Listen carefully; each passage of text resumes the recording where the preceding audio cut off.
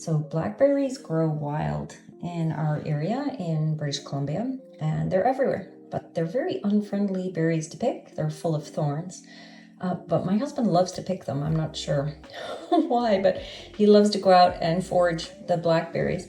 So he got this bucket in a half hour, and just look at how gorgeous they are. They're so big, really plump, and we've got a nice container full, and he got these last night.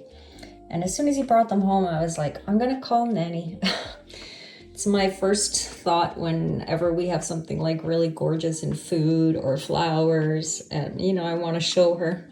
And she would have looked at these and said, "You're kidding. They grow out there like that?" And then I'd ask her, what do you think I should make with them? So I guess I'll ask you guys. I know we'll eat a lot of these straight up, but what do you think I should make with them? I might make something that in Newfoundland is called a grunt, and some of you guys know that. It's like a berry mixture that you put on the stove in a pot, and you put the batter on top of the berry bubble. Basically, it's bubbling below, and then the batter forms kind of like a muffin top on the pot.